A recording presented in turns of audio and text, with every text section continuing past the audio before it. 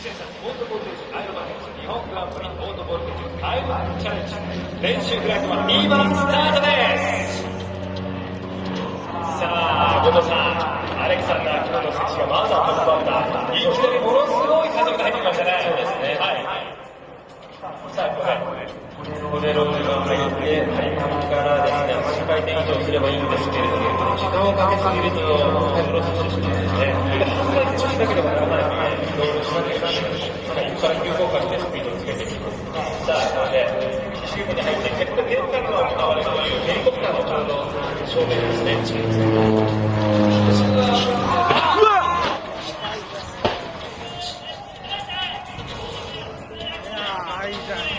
やばいな。